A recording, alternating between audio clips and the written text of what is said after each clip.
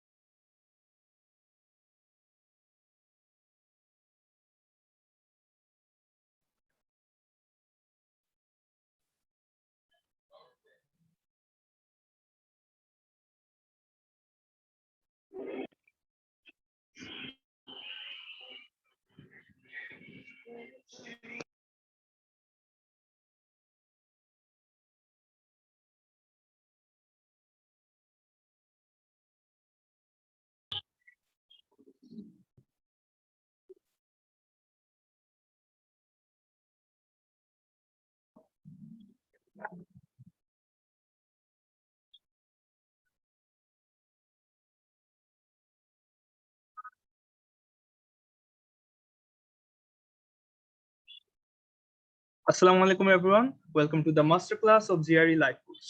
Interactive cares এর পক্ষ থেকে আপনাদের সাথে আমি থাকছি শাকিল আহমেদ। আপনারা জানেন ইন্টারেক্টিভ কেয়ার্স বরাবরই স্কিলস এন্ড ক্যারিয়ার ডেভেলপমেন্ট নিয়ে কাজ করে আসছে। এরই ধারাবাহিকতায় আজকের এই লাইভ কোর্স। আজকের টপিক হচ্ছে master class on GRE life course. আপনারা সবাই কাইন্ডলি মাইক্রোফোন ও ক্যামেরা অফ করে ক্লাসে জয়েন করুন। আমরা জানি আপনি যদি ইউএসএ কিংবা আদার ইউরোপ কান্ট্রিজে মাস্টার্স, পিএইচডি কিংবা এমবিএ পারসিউ করতে চান, তাহলে জিআরই আপনার ক্ষেত্রে এক্সট্রিমলি এসেনশিয়াল। জিআরই যে কোনো টপ র্যাঙ্কিং ইউনিভার্সিটিতে আপনার স্কলারশিপের ক্ষেত্রে আপনার চান্সেসকে এক্সেসিভলি ইমপ্রুভ করতে পারে।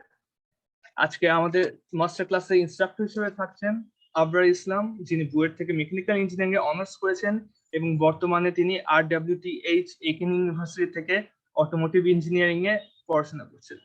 এছাড়া ওস্তাদ প্ল্যাটফর্মে তিনি জিআর ইনস্ট্রাক্টর হিসেবে আছেন এবং জিআর ইসি অর্থাৎ গ্র্যাজুয়েট রিসার্চ এনহ্যান্সিং সেন্টারে জিআরই ফ্যাকাল্টি হিসেবে আছেন।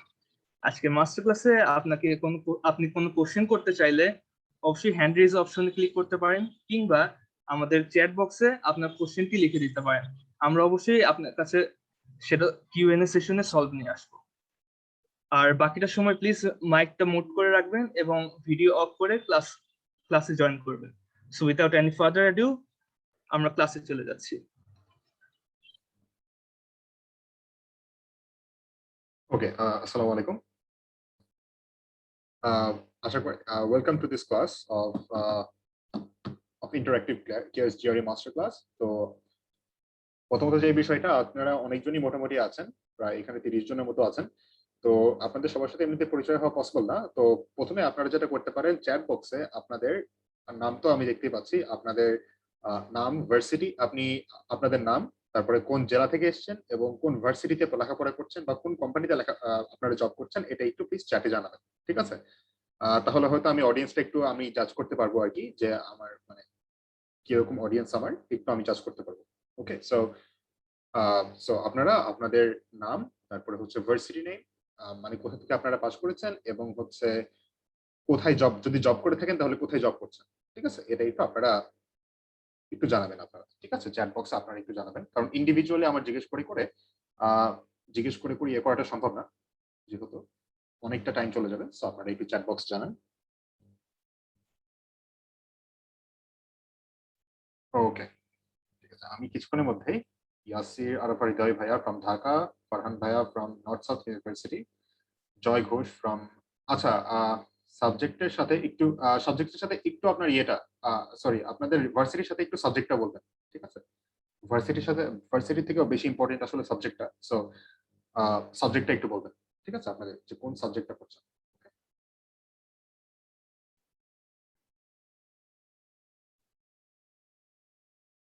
ওকে,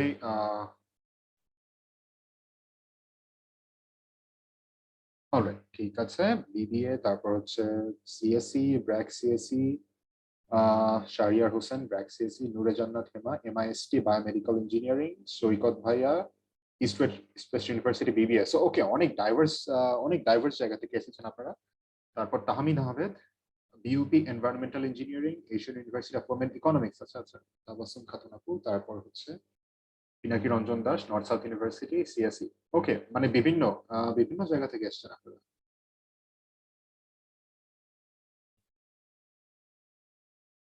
এইউডব্লিউ থেকে আরেকজন কাকুকে দেখছি, পাবলিক হেলথের।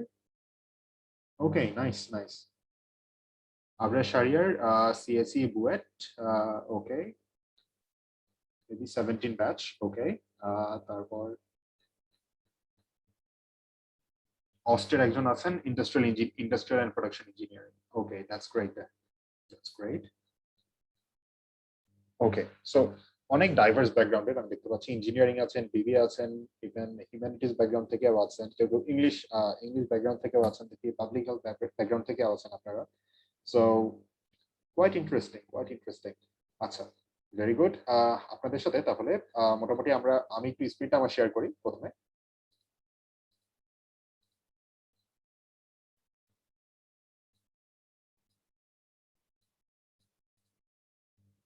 ওকে, তো আশা করি আপনারা স্ক্রিনটা দেখতে পাচ্ছেন।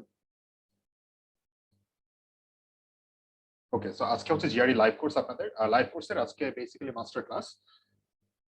তো আপনাদের মোটামুটি আমি কিছুটা জাজ করতে পেরেছি কিরকম, মানে অনেকে আসছেন সিএসসি থেকে, বিবিএ থেকে, তারপর হচ্ছে আহ, অনেক, এবং প্রত্যেকটা অনেক ডাইভার্স ইউনিভার্সিটি থেকে, এমন না যে অনেকে একই ইউনিভার্সিটি থেকে অনেকে আসছেন, এরকমও না আর কি।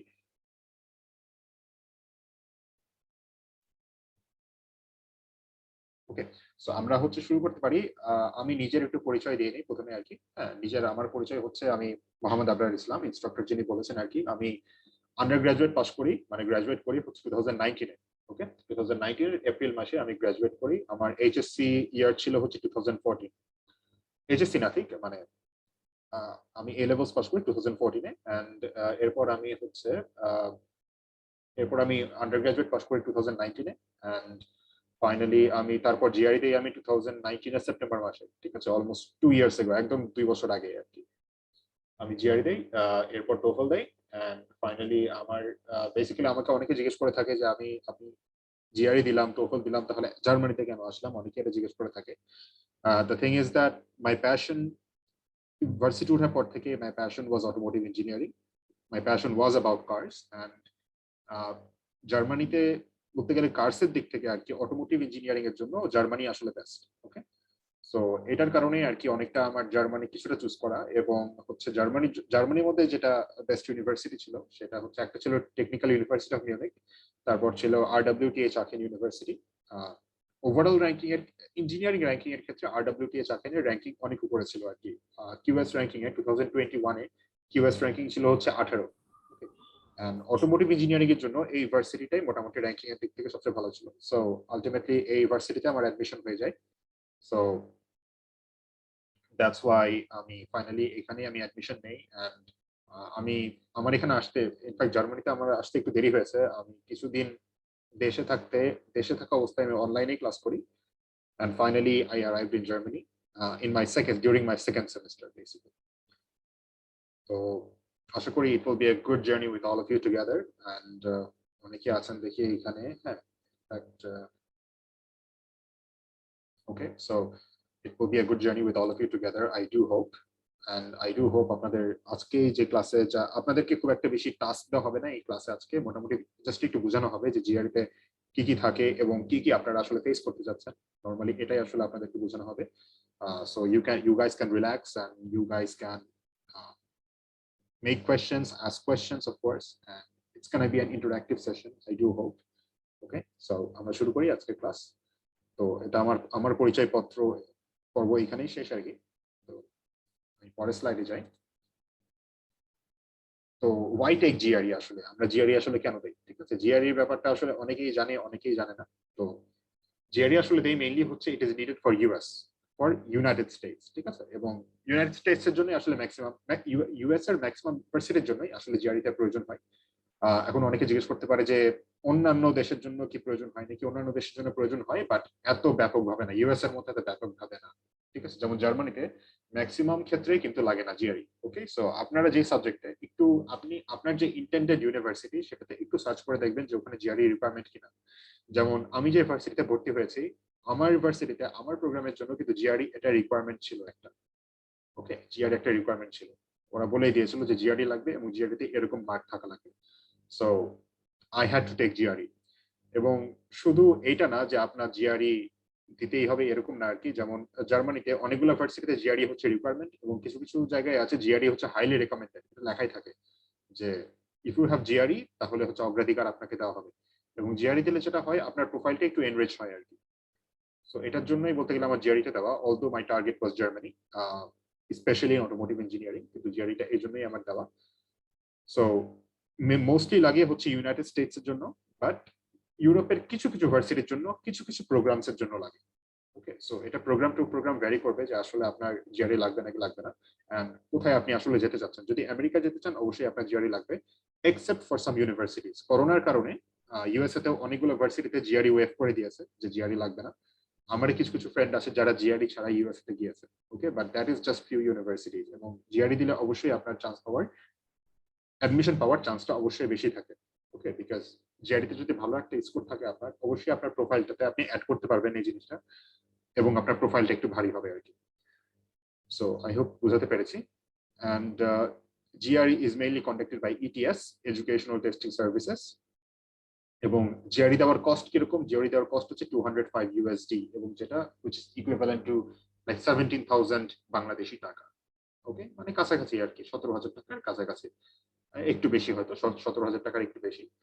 তো এটা হচ্ছে কম্পিউটার বেসড জিআরই, এবং জিআরই কিন্তু টোটালি কম্পিউটার বেসড। এটা আপনি মানে হাতে কলমে লিখে আপনি জিআরই পরীক্ষা দিবেন না, এটা totally it is computer based. করোনার কারণে যেটা হয়েছে যে অনেকে হোম থেকে জিআরই দেয় আর কি, মানে আপনি বাসা থেকেও জিআরই দিতে পারবেন। এই সার্ভিসটা মেবি এখনো চালু আছে, আপনি বাসা থেকে জিআরই দিতে পারবেন আপনার কম্পিউটারে। বাট আই ডু রেকমেন্ড যে টেস্ট সেন্টারে যে দেওয়াটাই অনেক বেটার আর কি। একটা ওরকম পরিবেশে, ওরকম এক্সাম হলের পরিবেশে দেওয়াটাই অফকোর্স অনেক বেটার।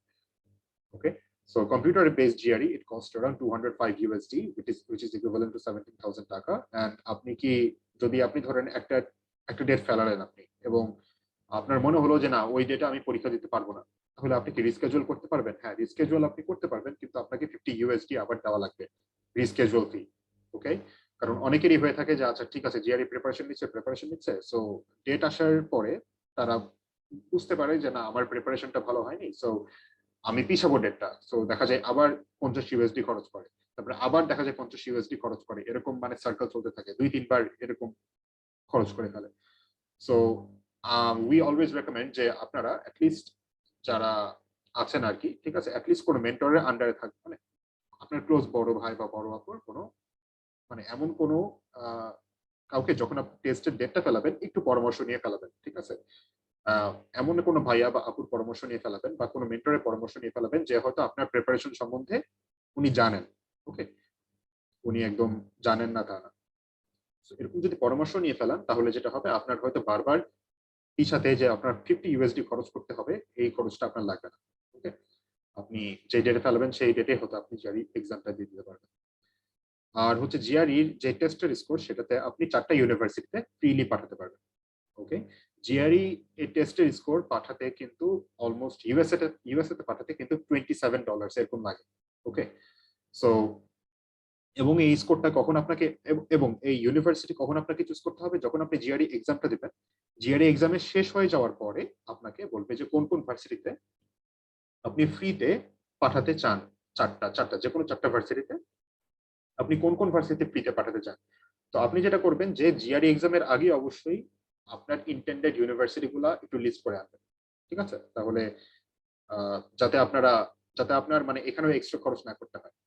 ওকে, আপনার কিন্তু যদি 4টা ভার্সিটির জন্য আপনি 4টা ভার্সিটিতে ফ্রিতে পাঠাচ্ছেন তাহলে কিন্তু আপনার 27 × 4 মানে $100-এরও বেশি আপনার খরচ এখানে বেঁচে যাচ্ছে। ওকে, সো এই জিনিসটা অবশ্যই আপনারা একটু ভার্সিটিটা ঠিক করে তারপর জিআরই এক্সাম হলে আপনারা আসবেন, ঠিক আছে, যাতে আপনার বুঝতে পারেন যে আচ্ছা ঠিক আছে এই 4টা ভার্সিটিতে আমি অবশ্যই অ্যাপ্লাই করবো, so definitely I will input this 4 universities in my list. Okay, আশা করি বুঝতে পেরেছেন। আর জিআরই এক্সামটা আপনি কখন কখন দিতে পারবেন, আপনার জিআরই এক্সাম ইয়ারের যে কোনো টাইমে দিতে পারবেন except for Friday, Saturdays and Sundays, ঠিক আছে, ইয়ারের যে কোনো টাইমে আপনারা দিতে পারবেন। কিন্তু ব্যাপার হচ্ছে যে এখানে আপনার সিটটা ফাঁকা থাকতে হবে। ওকে, আপনারা অনেকেই কিন্তু 2-3 মাস আগে থেকেই জিআরই ডেটটা নিয়ে ফেলেন, ঠিক আছে, এটাই কিন্তু আপনাকে করতে হবে। এমন যদি আপনি ভাবেন যে আচ্ছা ঠিক আছে আমি অগস্টের 10 তারিখে আমি জিআরই দিব, তো ঠিক আছে অগস্টের 10 তারিখে আমি অগস্টের 9 তারিখে তাহলে আমি রেজিস্ট্রেশন করবো, এটা করতে যান না, কারণ হচ্ছে আপনি সিট পাবেন না।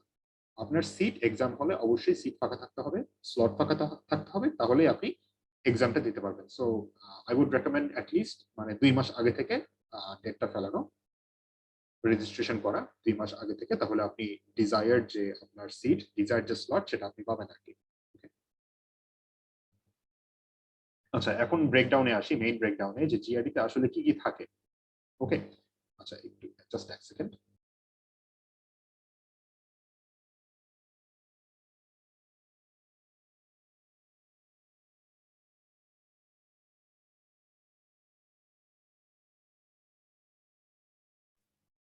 ওকে, সরি। তো জিআরডি তে আসলে কি কি থাকে। তো জিআরডি তে যখন আপনি এক্সাম হলে ঢুকবেন, ঠিক আছে, এক্সাম হলে ঢোকার পরে আপনাকে কি করতে হবে, প্রথমে ঢুকে আপনাকে 2টা রচনা লিখতে হবে আর কি।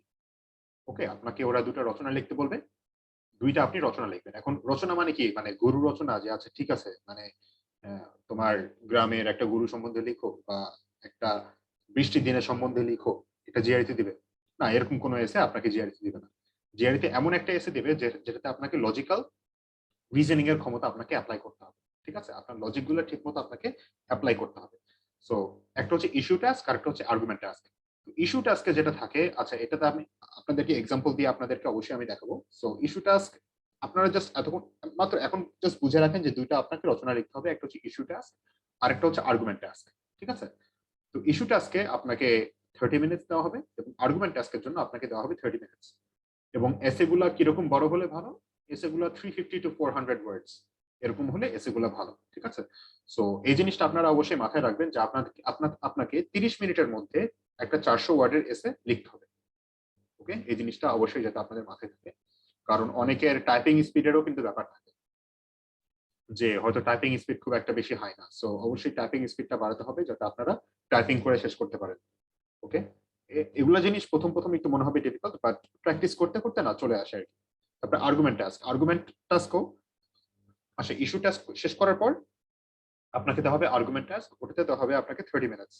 ওকে, সো দুইটা আপনি রচনা লিখে ফেললেন এবং এই দুইটা আপনি রচনা লিখে ফেললেন এবং রচনা লেখার পরে আপনাকে হচ্ছে একটা কোয়ান্টিটেটিভ রিজনিং বা ভার্বাল রিজনিং এর উপর একটা সেকশন দেওয়া হবে।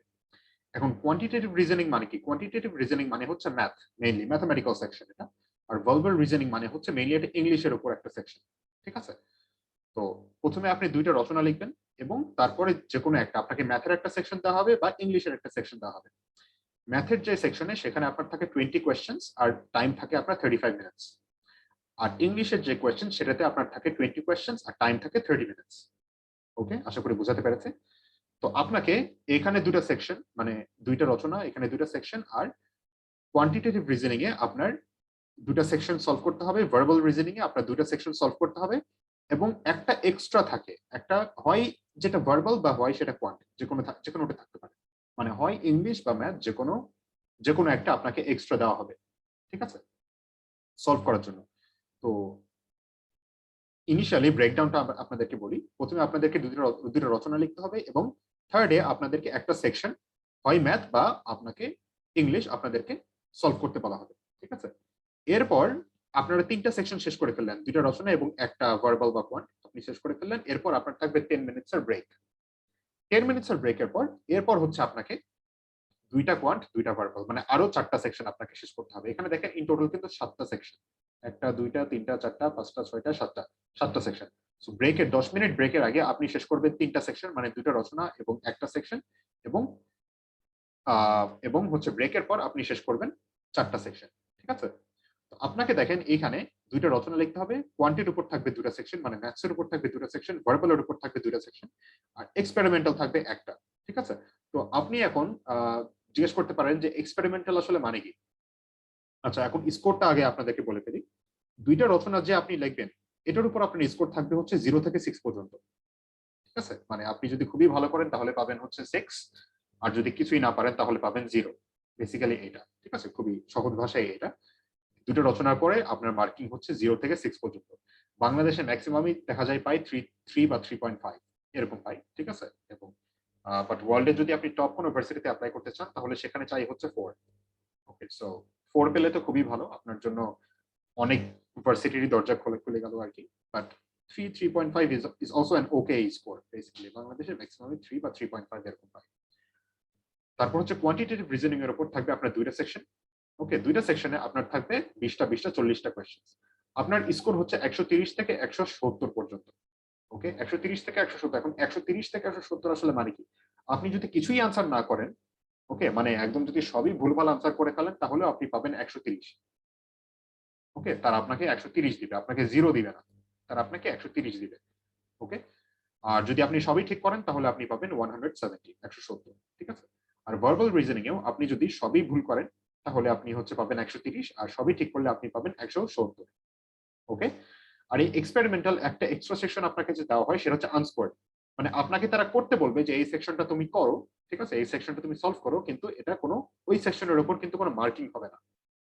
কিন্তু এখানে ক্যাচ হচ্ছে যে এই যে 5টা সেকশন আছে, কোয়ান্টের দুইটা এবং মানে হয় কোয়ান্টের 3টা ভার্বালের দুটো থাকবে বা ভার্বালের 3টা কোয়ান্টের দুটো থাকবে এরকম। ঠিক আছে, এই যে 5টা সেকশন আছে এখানকার মধ্যে কোনটা যে আসলে এক্সপেরিমেন্টাল সেটা কিন্তু আপনারা জানেন না। ওকে, ক্যাচ হচ্ছে এই জায়গাতে, মানে আপনি সলভ করবেন কিন্তু কোনটা যে এক্সপেরিমেন্টাল সেটা আপনারা জানবেন না। ওকে, আপনাকে তাও সেজন্য আপনাকে বেসিক্যালি 5টাই সলভ করতে হবে। এমন না যে আপনাকে আগে থেকে তারা বলে দিবে যে আচ্ছা এটা এক্সপেরিমেন্টাল সেকশন। এখন এক্সপেরিমেন্টাল সেকশন যদি আগে থেকে বলে দেয় তাহলে তো আপনি কোনো আনসারই করবেন না, যে এটাতে মার্কিং হচ্ছে না তাহলে আমি আনসার করবো কেন। ক্যাচটা হচ্ছে এই জায়গাতে যে আপনাকে তারা বলবে না যে কোনটা আসলে এক্সপেরিমেন্টাল। এই 5টার মধ্যে যে কোনো একটা এক্সপেরিমেন্টাল আপনি বুঝবেন না, সো আপনাকে 5টাই আসলে আনসার করতে হবে। ওকে, আপনি জাস্ট এটা বুঝবেন যে কোনটা আসলে এক্সপেরিমেন্টাল। কারণ যদি ধরেন ম্যাথ পার্টটা যদি এক্সপেরিমেন্টাল হয়ে থাকে তাহলে ম্যাথ পার্টে থাকবে 3টা সেকশন, আর যদি ইংলিশ পার্টটাতে 3টা এক্সপেরিমেন্টাল হয়ে থাকে তাহলে ইংলিশ পার্টটাতে থাকবে 3টা সেকশন। ঠিক আছে, তাহলে আপনারা জাস্ট বুঝতে পারবেন যে আচ্ছা মানে ইংলিশ পার্ট থেকে এক্সপেরিমেন্টাল এসেছিল বা ম্যাথ পার্ট থেকে এক্সপেরিমেন্টাল এসেছিল, এতটুকু খালি বুঝতে পারবেন, কিন্তু কোন সেকশনটা এটা আপনারা বুঝতে পারবেন না। ওকে, সো এক্সপেরিমেন্টাল এই সেকশনটা এটা টোটালি আনস্কোয়ার্ড, বাট এটা আপনারা আনসার করবেন বেসিক্যালি। ঠিক আছে, মানে এক্সট্রা একটু খাটনি করবেন বেসিক্যালি। ওকে, অলরাইট, সো আশা করি আপনারা জিআরই তে কি কি থাকে এতটুকু আপনারা বুঝতে পেরেছেন। সো এই পর্যন্ত কারো কোনো কোয়েশ্চেন আছে?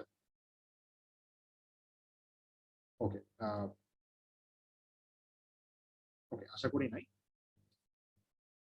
এরপর জিআরই, আচ্ছা প্রথমে আসি আমি ভার্বাল রিজনিং এ। ঠিক আছে, ভার্বাল রিজনিং এ অনেক রকমের প্রশ্ন থেকে থাকে। সো এই প্রশ্নের ব্রেকডাউন আমি আপনাদেরকে দেখাই। Yes. Sir, just a minute. I have raised my hand.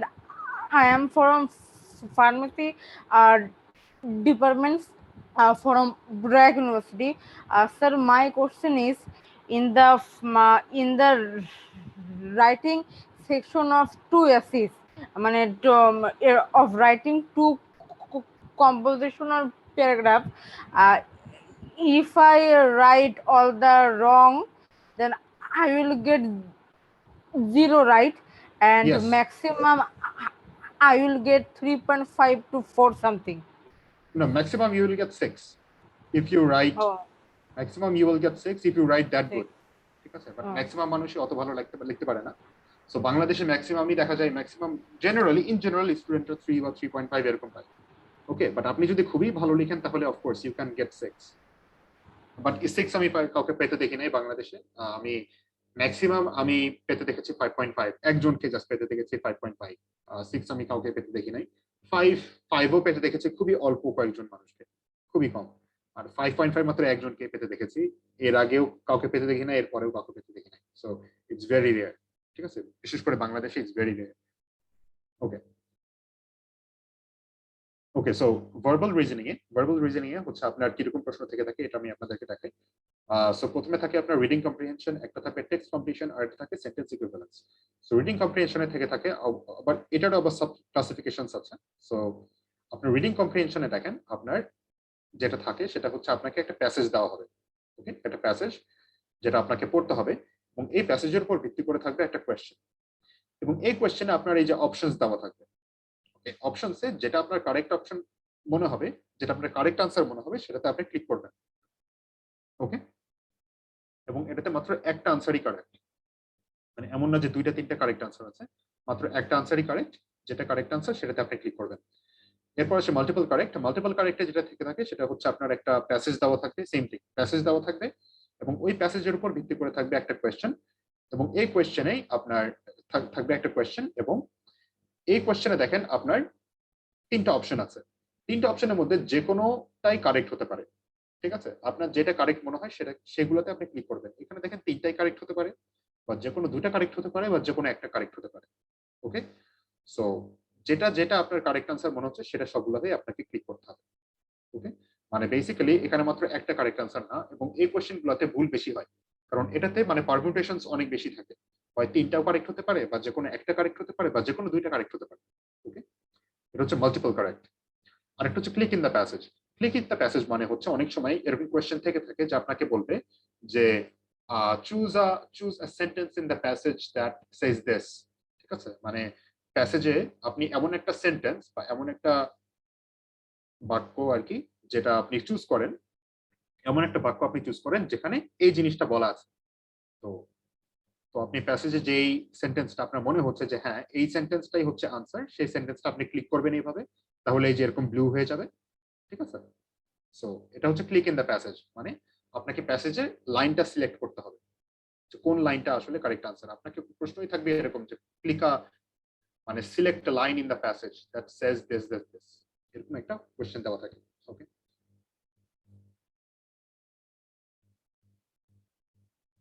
এরপর আসে হচ্ছে টেক্সট কমপ্লিশনে। টেক্সট কমপ্লিশন যেটা, সেটা হচ্ছে আপনাকে একটা লাইন দেওয়া থাকে, এবং এই লাইনে থাকে একটা ব্ল্যাঙ্ক। ওকে, এই ব্ল্যাঙ্কের উপর ভিত্তি করে থাকে আপনার 5টা অপশনস। এই ব্ল্যাঙ্কে আপনার কি অপশনস, আচ্ছা একটু একটু একটু জাস্ট এক সেকেন্ড।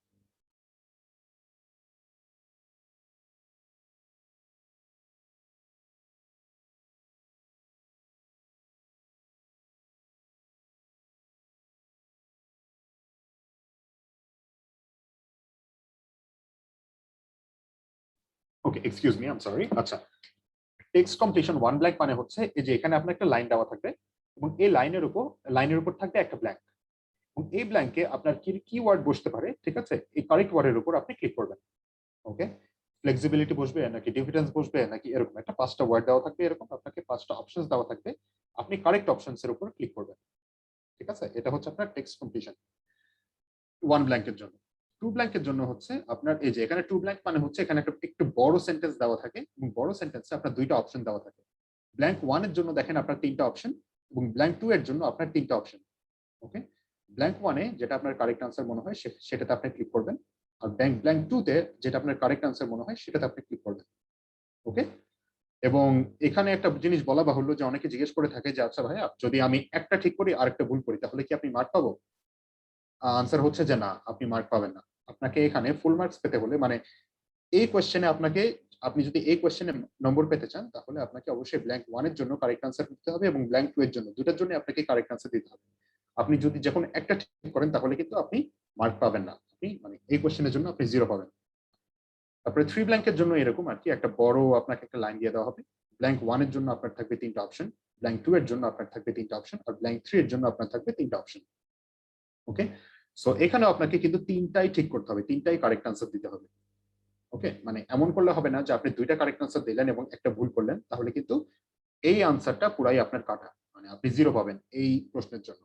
ওকে, সো অবশ্যই আপনাকে এটা মাথায় রাখতে হবে যে আপনাকে তিনটাই কারেক্ট আনসার দিতে হবে in order to get full marks in this question. Okay, এরপর আসি সেন্টেন্স ইকুইভ্যালেন্সে। সেন্টেন্স ইকুইভ্যালেন্সে যেটা থাকে সেটা হচ্ছে আপনাকে একটা সেন্টেন্স দিয়ে দেওয়া থাকবে এবং টেক্সট কমপ্লিশনের মধ্যে একটা ব্ল্যাঙ্ক থাকে। এখানে থাকে আপনার 6টা অপশন, কিন্তু এখানে হচ্ছে দুইটা কারেক্ট আনসার। ওকে, টেক্সট কমপ্লিশনে যেটা ছিল আপনার একটা ব্ল্যাঙ্কের জন্য একটাই কারেক্ট আনসার, একটা ব্ল্যাঙ্কের জন্য দুইটা কারেক্ট আনসার, কিন্তু এখানে একটা ব্ল্যাঙ্কের জন্য আপনার কিন্তু দুইটা কারেক্ট আনসার। আপনার 6টা অপশন থাকবে, আপনাকে যে কোনো দুইটা আপনাকে চুজ করতে হবে যে আচ্ছা ঠিক আছে এই ওয়ার্ডটা বসতে পারে, এই ওয়ার্ডটা বসতে পারে। ওকে, আশা করি আমি বোঝাতে পেরেছি। So that is the format for GRE. আপনাদের কারো ফরম্যাট সম্বন্ধে আপনাদের কারো আর কোনো মানে এখানে কোনো প্রশ্ন আছে? ওকে, অলরাইট অলরাইট, আশা করি নাই। So we can move on. আচ্ছা, এখন আমাদের আসলে অনেকের প্রশ্ন হচ্ছে যে আমি পড়বো কোত্থেকে এখন। wait a minute। হ্যাঁ, পড়ার জন্য যেগুলো বই আমি বেশি সাজেস্ট করি সেটা হচ্ছে যে অফিসিয়াল ইটিএস অফিসিয়াল গাইড। ঠিক আছে, আমরা জানি যে জিআরই কিন্তু এক্সাম নাই হচ্ছে ইটিএস, জিআরই এক্সামটা অর্গানাইজ করে ETS. So ETS official guide এটা যদি আপনারা সলভ করেন তাহলে জিআরই যে রিয়েল টেস্টটা সেটা আপনারা পাবেন। ওকে, এখানে মানে গাইডেন্স অনেক ভালো দেওয়া থাকে, তারপর এখানে প্র্যাকটিস টেস্ট থাকে, কিন্তু এখানে সমস্যা হচ্ছে যে এখানে প্র্যাকটিস প্রবলেমস অনেক কম থাকে। ভালো ভালো প্রবলেমস থাকে বাট প্র্যাকটিস প্রবলেমস গুলো অনেক কম থাকে, এটা একটা বড় problem. So for this you can go for Manhattan prep 5 LB। ঠিক আছে, ম্যানহাটন প্রেপ 5 LB, এটা আপনারা 5 পাউন্ড আর কি যেটা বলি আর কি, এটা আপনারা ইউজ করতে পারেন। এখানে যেটা থাকে এখানে প্রচুর প্রবলেমস থাকে, ভার্বাল রিজনিং এর উপর, কোয়ান্টের উপর, এডব্লিউ এর উপর, মানে প্রচুর মানে আপনার প্র্যাকটিস প্রবলেমস থাকবে। So it is a very good book for practice. Okay, আর মেইনলি হচ্ছে গাইডেন্সের জন্য যে আচ্ছা ঠিক আছে আমি যদি দেখতে চাই যে জিআরইতে কিরকম নর্মালি প্রশ্ন থাকে সেটার জন্য খুবই বেশি অ্যাকুরেট বই হচ্ছে জিআরই অফিসিয়াল গাইড, মানে ইটিএস অফিসিয়াল গাইড। ঠিক আছে, এই বইটা মাঝখানে যে বইটা। আর আপনারা যদি মানে কনসেপ্ট ডেভেলপ করতে চান সেটার জন্য ভালো হচ্ছে ম্যানহাটন প্রেপ, ম্যানহাটন সিরিজের বইটা। এটা হচ্ছে আপনার কনসেপ্ট বিল্ড আপের জন্য অনেক ভালো। ওকে, সো আপনারা এই তিনটা বই সংগ্রহ করে রাখতে পারেন ফর ভার্বাল। আচ্ছা, timing and breaks. Timing and breaks হচ্ছে আপনার প্রত্যেকটা সেকশনের মাঝখানে আপনার থাকবে কিন্তু 1 মিনিটের ব্রেক। ধরেন আপনি এক্সাম হলে ঢুকবেন, তারপর হচ্ছে আপনি একটা রচনা লিখবেন, রচনা লেখার মাঝখানে হচ্ছে আপনি একটা 1 মিনিট ব্রেক পাবেন, মানে 60 সেকেন্ডসের আপনি ব্রেক পাবেন, তারপরে আরেকটা রচনা লেখা শুরু করবেন, তারপরে আবার 60 সেকেন্ডসের ব্রেক পাবেন, তারপরে আবার একটা আপনাকে ভার্বাল বা কোয়ান্টেড একটা সেকশন আপনাকে সলভ করতে বলবে। এরপর হচ্ছে মানে 3টা সেকশন সলভ করার পর আপনি পাবেন হচ্ছে 10 মিনিটের একটা ব্রেক। ওকে, এক্সাম হলে কিন্তু আপনি একটা কিচ্ছু জিনিস নিতে পারবেন না, কিছুই নিতে পারবেন না, পানিও নিতে পারবেন না। ঠিক আছে, এটা এই জিনিসটা যাতে অবশ্যই আপনাদের মাথাতে থাকে। আপনাদেরকে যে ম্যাথমেটিক্যাল সেকশনে রাফ করার জন্য আপনাদেরকে পেন্সিল আর পেপার দিয়ে দেওয়া হবে, ওরাই আপনাদেরকে দিবে, কিন্তু আপনি নিজে কিছুই নিতে পারবেন না। সো এটা একটা বলা বাহুল্য। এবং 10 মিনিট ব্রেকে আপনি বাইরে যেতে পারবেন হচ্ছে আপনি 10 মিনিট ব্রেকের টাইম। যদি আপনি ঠিক আছে আপনি ওয়াশরুমে যেতে চান বা হচ্ছে আপনি একটু মুখ হাত ধুতে চান বা একটু হাঁটতে চান তাহলে হচ্ছে আপনি যেতে পারবেন এই 10 মিনিটসের ব্রেকে, ভেরি শর্ট ব্রেক। সো যেটা আমরা অনেক সময় বলি, মানে সবাই যেটা বলে থাকে যে okay you have 10 minute break, so at least bring some food with you. ঠিক আছে, some sugary foods with you. কারণ জিআরই যেটা হয়ে থাকে it is very mentally taxing, মানে আপনার মেন্টালি আপনাকে খুবই এক্সস্টিং। ওকে, আপনাকে মেন্টাল সারাক্ষণ এই প্রায় 3.5 সাড়ে 3 ঘন্টার একটা এক্সাম, আপনাকে সারাক্ষণই আপনাকে মাথাটা খাটাতে হচ্ছে। Okay, so your brain needs energy for that. So আপনি 3টা সেকশন শেষ করার পরে আপনি যে 10 মিনিটের ব্রেক পাবেন, at least bring some things that are some foods that are sugary, ঠিক আছে, মানে যেমন চকলেটস বা সামথিং আপনি নিয়ে আসবেন। সো ওই 10 মিনিটে আপনি চকলেটস বা সামথিং আপনি খেলেন, so that your brain feels recharged a bit. এরপর আপনি হচ্ছে you will feel more energetic to for the rest 4 sections, ঠিক আছে। আপনি যে আবার যে 4টা সেকশন আপনাদেরকে সলভ করতে বলা হবে ওটার জন্য হয়তো একটু আপনি এনার্জি পাবেন। সো আপনাদের পানি খাওয়া, ওয়াশরুমে যাওয়া, তারপরে কিছু খাওয়া, এটার জন্য আপনারা পাবেন জাস্ট 10 মিনিট। ওকে, এটা যাতে আপনাদের অবশ্যই মাথায় থাকে। এরপর আসি হচ্ছে, সো আপনাদের ব্রেক থাকবে, এটা বলে বলে ফেললাম আপনাদেরকে যে ব্রেক থাকবে 1 মিনিট করে, এবং মাঝখানে জাস্ট 3টা সেকশন শেষ করার পর আপনাকে দিবে আপনাকে 10 মিনিটের ব্রেক। ওকে, এবং আপনারা যে 1 মিনিটের ব্রেক পাবেন, অনেকে যেটা করে যে ঠিক আছে 1 মিনিটের ব্রেক পাচ্ছি, অনেকে যেটা করে যে ঠিক আছে আমি ব্রেক চাই না, আমি সাথে সাথেই অন্য সেকশন শুরু করে দিব। এই জিনিসটা না করা একটু বেটার, ঠিক আছে, এই জিনিসটা না করা বেটার। আপনারা যে 1 মিনিটের ব্রেক পাবেন, ওই 1 মিনিটের ব্রেকে আপনারা যেটা করতে পারেন, অ্যাটলিস্ট কম্পিউটার যে স্ক্রিন থাকে, মনিটর থেকে আপনাদের চোখটাকে একটু সরিয়ে রাখবেন। ওকে, আপনারা যে 3-4 ঘন্টা অলমোস্ট স্ক্রিনের দিকেই তাকিয়ে থাকেন, এটা কিন্তু আসলে মানে চোখের উপর কিন্তু অনেক স্ট্রেস পড়ে এই জিনিসটা। ওকে, সো এই যে 1 মিনিট পাবেন, 1 মিনিটে যেটা চেষ্টা করবেন যে অ্যাটলিস্ট মনিটর থেকে চোখটাকে একটু হটিয়ে রাখবেন, ঠিক আছে, যাতে মানে চোখ ব্যথা না করে। Okay, so alright, so you have to use your time very wisely in GRE. তারপরে আসি, আচ্ছা ঠিক আছে, এরপর আসি আমি রাইটিং সেকশনে এই যে ইস্যু টাস্কে আপনার আসলে কি থাকে, কিরকম এসে থাকে। ইস্যু টাস্কে যেটা থাকে সেটা হচ্ছে আপনাকে একটা তারা স্টেটমেন্ট বলে দেবে, যেমন এই যে এখানে teacher salary should be determined by academic performance of students, ঠিক আছে, মানে টিচারদের যে স্যালারি সেটা কি দিয়ে ডিটারমিন্ড হওয়া উচিত, স্টুডেন্টদের একাডেমিক পারফরমেন্সের উপরে ভিত্তি করা উচিত। সো আপনি এই আর্গুমেন্টের সাথে এগ্রি করেন নাকি করেন না, মানে একমত নাকি একমত না, ঠিক আছে, এটা আপনাকে অবশ্যই প্রথমে মানে ক্লিয়ার করতে হবে। আপনি হয়তো বলতে পারেন যে আচ্ছা ঠিক আছে I agree with this statement, বা I do not agree with this statement, বা এটাও বলতে পারেন যে ঠিক আছে আমি কিছুটা এগ্রি করি, কিছুটা এগ্রি করি না। এবং এটার ব্যাপারে আপনাকে পুরো একটা বিশ্লেষণ করতে হবে এবং এক্সপ্রেস করতে হবে যে আচ্ছা ঠিক আছে আমি এগ্রি করি কারণ এটা এটা এটা, ওকে, এবং বা আমি ডিসএগ্রি করি, আমি একমত না কারণ হচ্ছে এটা এটা এটা, ঠিক আছে, এবং ওগুলোর উপর আপনার কারণগুলোর উপর আপনাকে বিস্তারিত আলোচনা করতে হবে। ওকে, সো এটা হচ্ছে আপনার ইস্যু টাস্ক। ওকে, একটা আপনাকে স্টেটমেন্ট দিয়ে দেওয়া হবে এবং এটা এটার ব্যাপারে আপনি একমত নাকি একমত না, আহ, এটার ব্যাপারে আপনি বিস্তারিত লিখবেন আপনার মতামতের ব্যাপারে আর কি। আর আর্গুমেন্ট টাস্কটা কি, আর্গুমেন্ট টাস্কে যেটা থাকে সেটা হচ্ছে আপনার অলরেডি একটা প্যাসেজ দেওয়াই থাকে ছোট্ট করে। ওকে, ইস্যু টাস্কে আপনি যেটা করেছেন আপনি নিজের আর্গুমেন্টটাকে পেশ করেছেন, কিন্তু এখানে যেটা থাকে যে আপনার আর্গুমেন্টটা পেশ করাই থাকে আপনার সামনে, একটা নির্দিষ্ট কোনো একটা টপিকে আর্গুমেন্ট পেশ করাই থাকে আপনাদের সামনে। আপনি যেটা করবেন সেটা হচ্ছে যে আর্গুমেন্টের ভিতরে কি কি ভুল আছে, কোন কোন আর্গুমেন্ট বেসলেস সেটা আপনি খুঁজে বের করবেন, এবং হচ্ছে আপনি কেন ওই আর্গুমেন্টটা ঠিক না এই ব্যাপারে আপনি বেসিক্যালি আপনি সমালোচনা করবেন আর কি, ঠিক আছে, যে এই প্যাসেজে এই জিনিসটা লেখা আছে, এই জিনিসটা আর্গুমেন্টের সাথে যায় না, বা এই জিনিসটা বেসলেস, ঠিক আছে, এই জিনিসটা আপনি বিস্তারিত লিখবেন। ওকে, সো ইস্যু টাস্কে যেটা থাকে আপনি নিজের আর্গুমেন্ট পেশ করবেন, এটা হচ্ছে ইস্যু টাস্কে, ঠিক আছে। আর আর্গুমেন্ট টাস্কে যেটা থাকে সেটা হচ্ছে আর্গুমেন্ট পেশ আপনার সামনে করাই থাকে, ওই আর্গুমেন্টকে আপনি ক্রিটিসাইজ করবেন। ওকে, আর্গুমেন্টের কোন কোন পয়েন্ট ভুল, ঠিক আছে, ওই পয়েন্টগুলো নোট ডাউন করে আপনি ক্রিটিসাইজ করবেন। ওকে, সো আশা করি আপনাদের কিছু মানে কিছুটা আপনাদের আইডিয়া হয়েছে যে ইস্যু টাস্ক মানে কি আর আর্গুমেন্ট টাস্ক মানে কি। ওকে, আর এখানে আসলে যেটা ব্যাপার সেটা হচ্ছে আপনার কিন্তু যে এক্সামিনার উনি কিন্তু মেইনলি দেখবেন যে আপনার আর্গুমেন্টটা কি, মানে আপনার লজিক গুলা ঠিক আছে কিনা, মানে আপনি যে যুক্তিগুলা পেশ করেছেন ওনার কাছে, যে ঠিক আছে আপনি এই জিনিসের জন্য আমি এগ্রি করি, বা এই জিনিসের জন্য আমি ডিসএগ্রি করি, আপনার যুক্তিগুলা একদম সলিড কিনা। ওকে, এই জিনিসটা এক্সামিনাররা জাজ করবে। এক্সামিনাররা কিন্তু জাজ করবে না যে আপনার ল্যাঙ্গুয়েজ কত সুন্দর এখানে, আপনি যদি ধরেন খুবই জিআরই এর ওয়ার্ড দিয়ে বা খুবই কঠিন কঠিন ওয়ার্ড ইউজ করলেন এখানে, এবং কিন্তু আপনার লজিকই ঠিক নাই, তাহলে কিন্তু আপনি মার্ক পাবেন না এখানে। ওকে, হ্যাঁ অবশ্যই আপনাকে স্পেলিং গ্রামার এগুলো ঠিক রাখতে হবে। This is a point to be noted, যে আপনার স্পেলিং গ্রামার এগুলো ঠিক রাখতে হবে, বাট এমন না যে আপনাকে খুবই কঠিন কঠিন ভাষা এখানে লিখতে হবে। You should remember that GRE is not a language exam. Okay, it's not a language exam. Language exam হচ্ছে TOEFL, IELTS, ওগুলো হচ্ছে language exam. GRE is not a language exam. Okay, so you have to it all, মানে আপনার এখানে আপনি কিরকম score করছেন এটা টোটালি ডিপেন্ড করবে যে আপনার আর্গুমেন্ট গুলা আপনার সলিড কিনা, ঠিক আছে? অলরাইট, এগুলো সবগুলোর ব্যাপারে বিস্তারিত আলোচনা হবে। সো আজকে সব আপনাদেরকে যে বুঝে ফেলতে হবে তা না, এটাও আরেকটা আসলে আর্গুমেন্ট টাস্ক।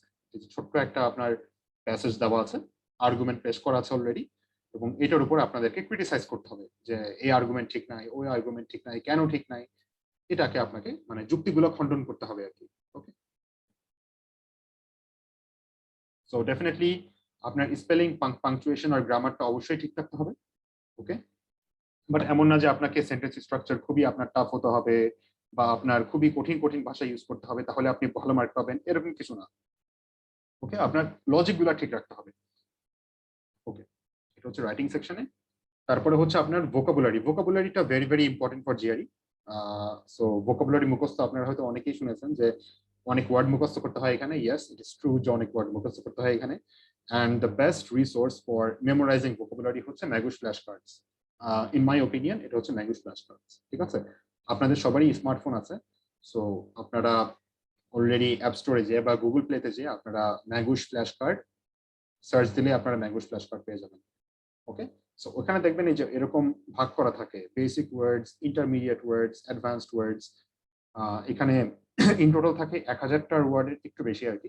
সো আপনারা যদি বেসিক আর ইন্টারমিডিয়েট বা কমন, আরেকটা থাকে কমন, ঠিক আছে, বেসিক আর কমন, সব এই দুটো যদি আপনারা শেষ করে ফেলতে পারেন তাহলে কিন্তু আপনারা অনেকটাই মানে মানে মোটামুটি এর থেকে বেশি ওয়ার্ড মুখস্থ করার দরকার নেই যতটুকু আমার মনে হয়। মানে বেসিক আর কমনেই থাকে আপনার 650, 700টার মতো ওয়ার্ড। ওকে, আচ্ছা এরপর আসি হচ্ছে and there are some facts to consider, সেটা হচ্ছে যে the computer based GRE is section adaptive in nature. আচ্ছা section adaptive মানে কি এটা আমি বলি। আচ্ছা একটা আছে হচ্ছে section adaptive আর একটা আছে হচ্ছে আপনার question adaptive। আচ্ছা তো প্রথমে বলি যে question adaptive মানে কি। এক সেকেন্ড, আমি অ্যানোটেশনটা একটু দেখি। আচ্ছা একটা আছে হচ্ছে question adaptive, ঠিক আছে, question adaptive, ঠিক আছে। সো কোয়েশ্চেন অ্যাডাপটিভ মানে হচ্ছে ফর এক্সাম্পল এটা হচ্ছে জিম্যাট এর ক্ষেত্রে কিন্তু কোয়েশ্চেন অ্যাডাপটিভ, ঠিক আছে। সো আপনি যখন এক্সাম দিবেন, ধরেন আপনি প্রথমে কয়েকটা আনসার আপনি ঠিক করলেন, ধরেন আচ্ছা ঠিক আছে 1 number correct, 2 number correct, 3 number correct. তো আপনি যদি বেশি কারেক্ট আনসার দেওয়া শুরু করেন তাহলে দেখা যাবে পরের যেগুলো কোয়েশ্চেন থাকবে সেগুলো মানে একটু হার্ড হতে শুরু করবে। ওকে, আপনি যদি কারেক্ট করা শুরু করেন, আপনি যদি খুবই ভালো করা শুরু করেন তাহলে দেখা যাবে যে পরের যেগুলো কোয়েশ্চেন সেগুলো একটু হার্ড হওয়া শুরু করে। ওকে, এটা হচ্ছে কোয়েশ্চেন অ্যাডাপটিভ, মানে ওইভাবেই তারা অ্যাডাপ্ট করে। আর যদি আপনি ধরেন কয়েকটা কোয়েশ্চেন ভুল করলেন তাহলে পরের দিকের কোয়েশ্চেন গুলো একটু সহজ হওয়া শুরু করে, ওরা ইজি কোয়েশ্চেন দেয় আপনাকে যদি আপনি বেশি ভুল করেন আর কি। ওকে, সো এটা হচ্ছে আপনার কোয়েশ্চেন অ্যাডাপটিভ, মানে আপনি কিরকম আনসার করছেন সেটার উপরে ডিপেন্ড করবে যে আপনার পরের যে কোয়েশ্চেনটা আপনার সামনে আসছে সেটা কিরকম হবে। ওকে, আর জিআরই হচ্ছে সেকশন অ্যাডাপটিভ। ফর এক্সাম্পল আমি আগে বলেছি যে ভার্বালে আপনার 2টা সেকশন থাকবে আর কোয়ান্টিটি থাকবে 2টা সেকশন। ওকে, আর একটা থাকবে এক্সপেরিমেন্টাল। ধরেন আপনি ভার্বাল সেকশন 1-এ আপনি খুবই ভালো করলেন, 20টার মধ্যে ধরেন আপনি 15-16টা পেরে গেলেন, খুবই ভালো করলেন। তাহলে যেটা হবে যে পরের যে ভার্বাল সেকশনটা সেটা আপনাকে একটু কঠিন দিবে তারা। ওকে, ডিফিকাল্টি লেভেলটা একটু বাড়িয়ে দিবে তারা। আর যদি ধরেন প্রথম ভার্বাল সেকশনটাতে আপনি খুবই খারাপ করলেন, খুব একটা বেশি আনসার করতে পারলেন না, তাহলে সেকেন্ড যে ভার্বাল সেকশন সেটাতে আপনাকে তারা অনেক সহজ দিবে আর কি, একটু ইজি, মানে ডিফিকাল্টি লেভেলটা একটু কমিয়ে দিবে। সো আপনি পরের ভার্বাল সেকশনটা কিরকম পাচ্ছেন সেটা অনেকটাই ডিপেন্ড করবে যে আপনি প্রথমটাতে আপনার পারফরমেন্স কিরকম। প্রথমটাতে যদি আপনি খুবই ভালো পারফরমেন্স করেন তাহলে পরেরটাতে তারা ডিফিকাল্টি লেভেল একটু বাড়িয়ে দিবে। আর যদি প্রথমটাতে পুয়ারলি পারফর্ম করেন তাহলে পরেরটাতে তাদের ডিফিকাল্টি লেভেল একটু কমে যাবে আর কি, ঠিক আছে, একটু ইজি দিবে তারা। সো এটা হচ্ছে সেকশন অ্যাডাপ্টিভ। তারপর হচ্ছে all questions carry equal markings and no negative markings, ঠিক আছে। এই কথাটা, এই জিনিসটা জানা কেন ইম্পর্টেন্ট, কারণ হচ্ছে যেহেতু এখানে কোনো নেগেটিভ মার্কিং নাই, অবশ্যই আপনারা কোনো রকম কোয়েশ্চেন ছেড়ে আসবেন না। ওকে, কোনো কোয়েশ্চেনই ছেড়ে আসবেন না, অবশ্যই যাতে মেক শিওর যে আপনারা সব কোয়েশ্চেনের আনসার করছেন। ঠিক আছে, লাস্টের দিকে আপনাদের হয়তো টাইমে কুলাচ্ছে না, ওকে, আন্দাজে আপনারা সবগুলাই এ দিয়ে দেন বা সবগুলাই বি দিয়ে দেন, ঠিক আছে, আন্দাজে কোনো উত্তর আপনি দিয়ে দেন, ঠিক আছে, বাট ছেড়ে আসবেন না। হয়তো হতে পারে যে আচ্ছা ঠিক আছে হয়ে তো যেতে পারে কারেক্ট আনসার, আপনি আন্দাজে দিলেন কারেক্ট আনসার হয়ে তো যেতে পারে, রাইট? সো অফকোর্স যেহেতু এখানে কোনো নেগেটিভ মার্কিংস নাই, সো অবশ্যই সব কোয়েশ্চেনেরই আপনারা আনসার করবেন। আর all questions carry equal markings, ওকে। আর হচ্ছে আরেকটা ব্যাপার, the difficulty of questions is random in it's section, ঠিক আছে, ডিফিকাল্টি হচ্ছে র্যান্ডম। তার মানে হচ্ছে যে হয়তো দেখা যাবে যে আপনার 1 নম্বরের কোয়েশ্চেন খুবই কঠিন, 2 নম্বরের কোয়েশ্চেন ইজি, 3 নম্বরের কোয়েশ্চেন একটু মিডিয়াম, মানে ভেরি র্যান্ডম, ডিফিকাল্টিটা ভেরি র্যান্ডম। সো আপনার যখন একটা কঠিন কোয়েশ্চেন আপনার সামনে দেখবেন এবং আপনি বুঝতে পারছেন যে এটা করতে আপনার অনেক টাইম লাগবে, তাহলে immediately you should skip, okay, immediately আপনি স্কিপ করবেন। কারণ আপনি একটা জিনিস দেখেন, আপনাদের কিন্তু 20টা কোয়েশ্চেন আনসার করা লাগবে ইন জাস্ট 30 মিনিটস। তো আপনি যদি একটা কোয়েশ্চেনে অনেকটা টাইম লাগিয়ে দেন তাহলে কিন্তু আপনার অন্য কোয়েশ্চেন গুলো সলভ করার জন্য খুব একটা বেশি টাইম পাবেন না। সো যেটা হবে যে আপনার হয়তো একটা খুবই কঠিন কোয়েশ্চেনে আপনি স্টাক হয়ে গেলেন, কিন্তু পরে হয়তো অনেক সহজ সহজ সহজ অনেক কোয়েশ্চেন ছিল যেটাতে আপনি আনসার করতে পারতেন চাইলে, ঠিক আছে, আপনার হয়তো এরকম প্রিপারেশন ছিল যে আপনি আনসার করতে পারবেন এই কোয়েশ্চেন গুলো। সো কিন্তু আপনি যেহেতু একটা কোয়েশ্চেনে অনেক টাইম লাগিয়ে ফেলেছেন, পরের কোয়েশ্চেন গুলো হয়তো আপনি আনসার করতে পারছেন না। সো এই জিনিসটা যাতে না হয়, okay, when you see a question that is very hard, immediately skip that question, okay. So এটা হচ্ছে একটা ভার্বাল কুইজ, একটা 2 মিনিটের কুইজ, ঠিক আছে। তো আমি যেটা করব আর কি, এটা আপনাদেরকে, আমি তো অনেকক্ষণই কথা বললাম, এটা হচ্ছে আপনাদের টাস্ক, ঠিক আছে, মানে আহ, আচ্ছা, ঠিক আছে, হ্যাঁ, এটা আপনাদের টাস্ক, এটা আপনারা করেন, ঠিক আছে। আপনাদেরকে আমি জাস্ট 2 মিনিট টাইম দিচ্ছি, আপনারা করে যাদের যে আনসারটা আপনাদের কারেক্ট মনে হয় সেই আনসারটা আপনাদেরকে আপনি চ্যাটে জানান, ঠিক আছে। এটাতে কোনোই প্যারা নাই, ঠিক আছে। সো আপনারা যেইটা কারেক্ট আনসার মনে হয় সেটা আপনারা চ্যাটে জানান। আজকে আপনাদের সব জেনে ফেলতে হবে তা না, আজকে সব জেনে ফেলার জন্য আপনারা আসেন। সো যেটা আপনাদের কারেক্ট আনসার মনে হয় সেটা আপনারা চ্যাটে একটু জানান, ঠিক আছে। আপনাদের টাইম হচ্ছে 2 মিনিটস।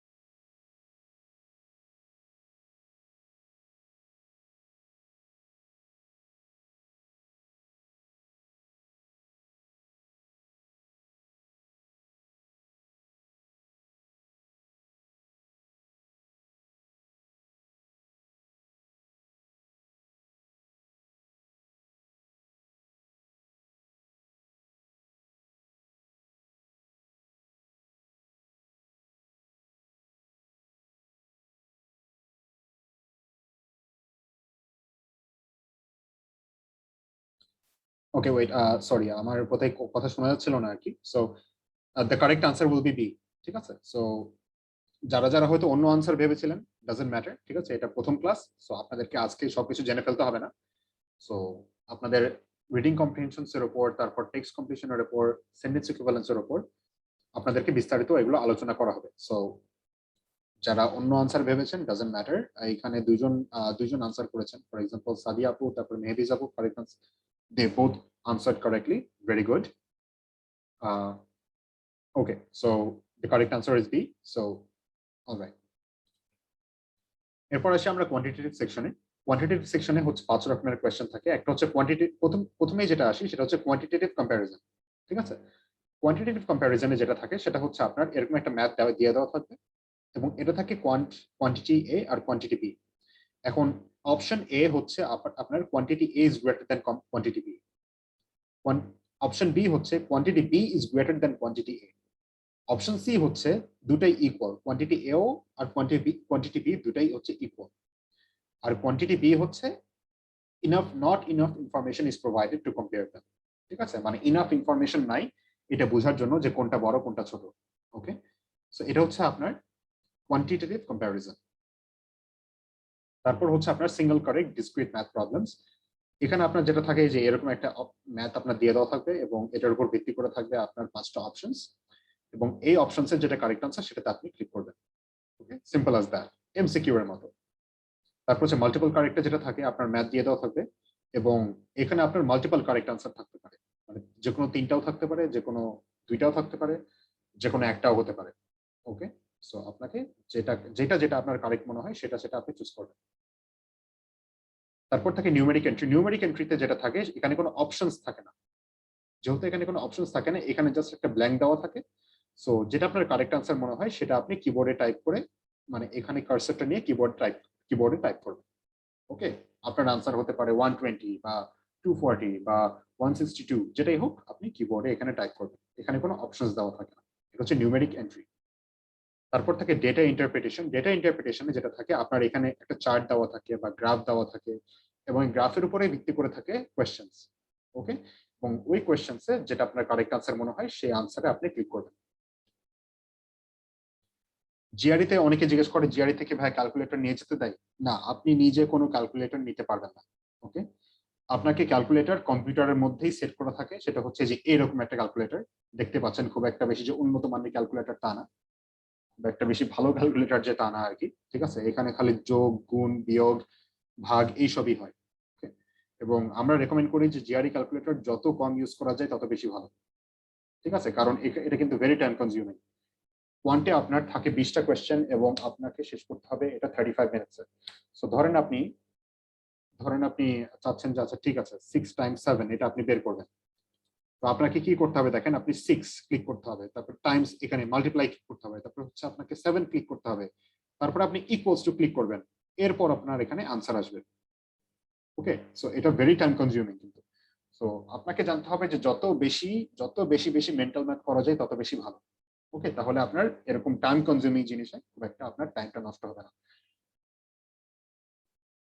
আচ্ছা, তারপর হচ্ছে আপনার জিআরইতে অনেক সময় আপনাকে এস্টিমেট করতে হয়। ঠিক আছে, তো এখানে লেখা আছে দেখেন the GRE does not care about your abilities to perform detailed calculations, it cares about your ability to simplify problems with logic। ঠিক আছে, আমি এক্সাম্পল দেখলে আপনারা একটু বুঝতে পারবেন। ফর এক্সাম্পল দেখেন এই যে এই এক্সাম্পলটা, what is 26 to the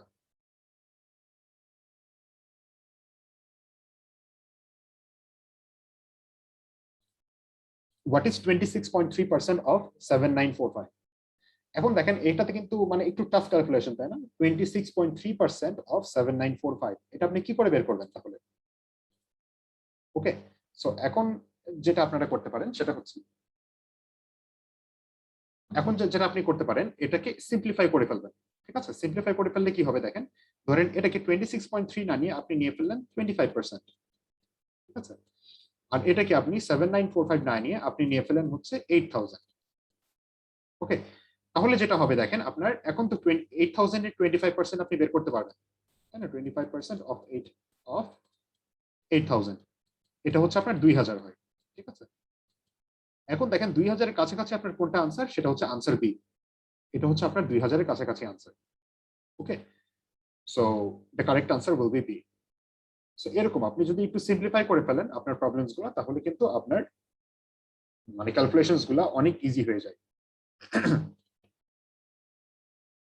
তারপর দেখেন এই যে এরকম at 10 p.m. a buildings আচ্ছা at 10 p.m. a building's large water tank contained 211,358 gallons. Through the night, pumps increased this amount by 30% by 5 a.m. হবে এখানে মানে সকাল 5টা আর কি 5 a.m. The morning usage consumed 5% of this 5 a.m. amount. How many gallons were consumed in the morning?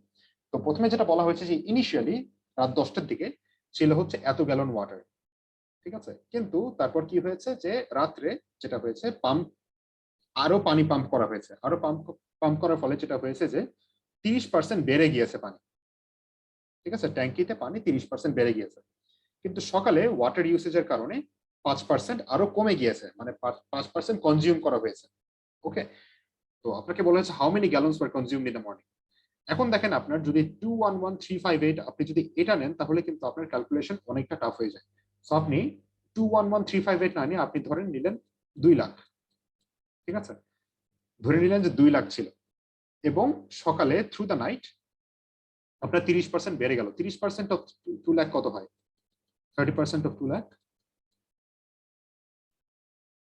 এটা হয় হচ্ছে আপনার 60,000, ঠিক আছে, তাহলে আপনার কত হলো এখন? বেড়ে হলো 2,60,000, ঠিক আছে।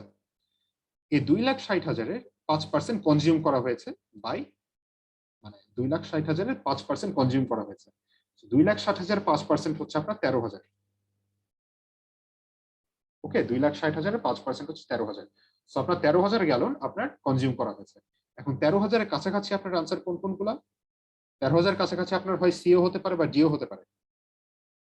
তো আপনি সি নাকি ডি এটা আপনি কি করে বুঝবেন? এখন দেখেন আপনার 2,11,000 ছিল এখানে, আপনি নিয়েছেন 2 লাখ, তার মানে কি আপনি কম নিয়েছেন। এখন কম নেওয়া মানে কি আপনি আনসারও আপনি কম পাবেন না। আপনি যেহেতু 2,11,000 থেকে 2 লাখ নিয়েছেন তার মানে আপনি আনসার 13,000টা আপনি কম আনসার পাবেন, তার মানে আসল আনসার হচ্ছে 13,000-এর বেশি। So the correct answer will be D, not C. Okay, আশা করি বুঝতে পেরেছেন আপনারা। মাল্টিপ্লিকেশন টেবিল অবশ্যই আপনাদের 1 থেকে 10 পর্যন্ত, মানে পুরাটা মুখস্থ থাকা ভালো আর কি। তারপর স্কোয়ারের দিক থেকে আর কি, ঠিক আছে, 1 স্কোয়ার থেকে 25 স্কোয়ার পর্যন্ত আপনাদের অবশ্যই মুখস্থ থাকা ভালো। ওকে, 1 স্কোয়ার থেকে 25 স্কোয়ার পর্যন্ত।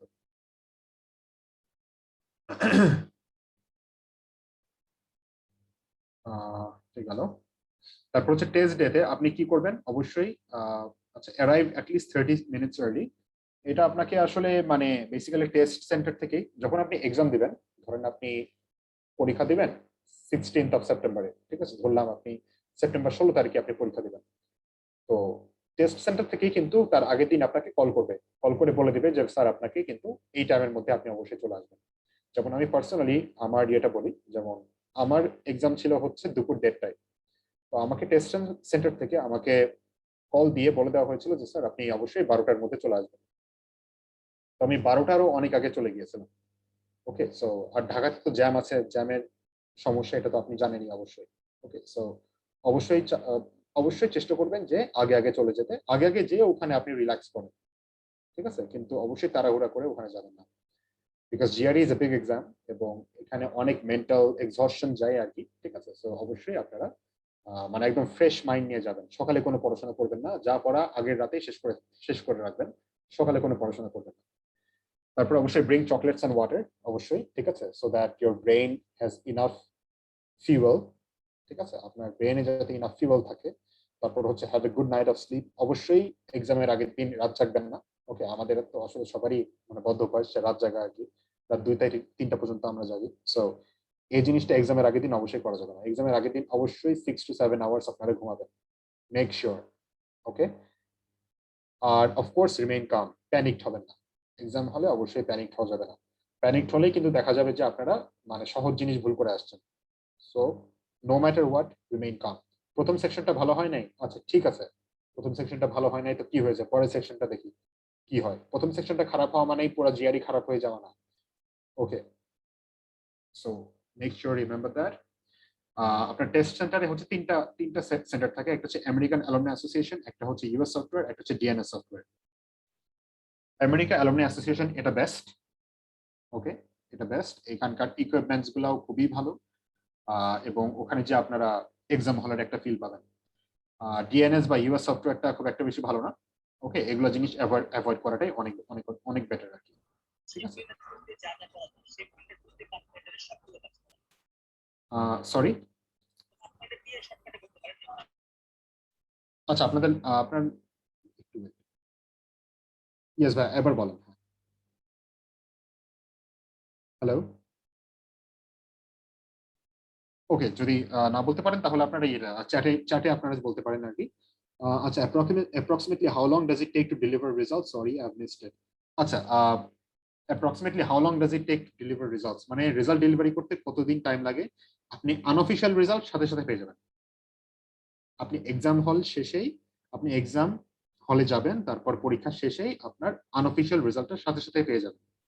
ওকে, এবং অফিশিয়াল রেজাল্টটা ডেলিভার করতে আপনার লাগবে প্রায় 2 উইকস, আই গেস 2 উইকস। হ্যাঁ, অফিসিয়ালটা যেতে, বাট অফিসিয়াল থেকে আনঅফিসিয়ালের চেঞ্জ হয় না কোনো, সো ওটা নিয়ে ভাবার দরকার নেই।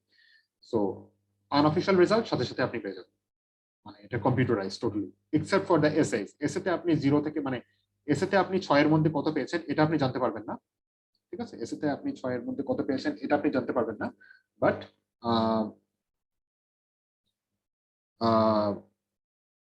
বাট ওই তো আর কি, মানে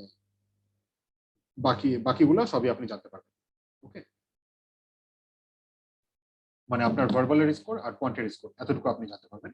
এডব্লিউ এরটা জানতে পারবেন না, কারণ এডব্লিউ এর যেটা মানে এসএ গুলা আপনার একটা হিউম্যানই চেক করে।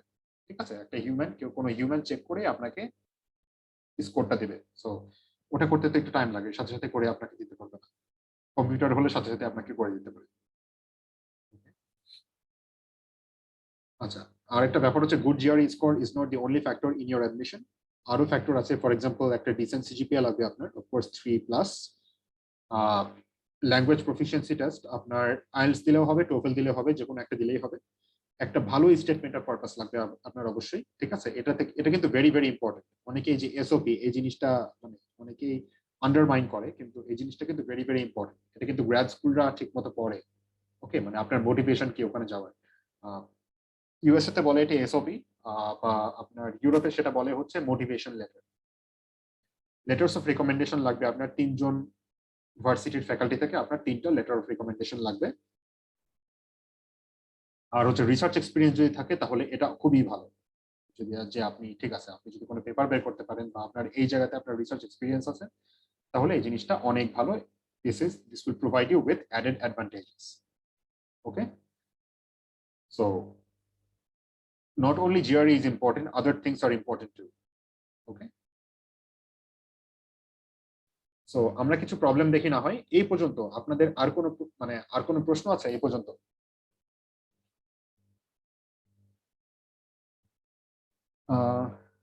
প্রশ্ন থাকলে আপনারা চ্যাটেও জানাতে পারেন বা ডিরেক্টলি প্রশ্ন এখানে করতে পারেন, no problem.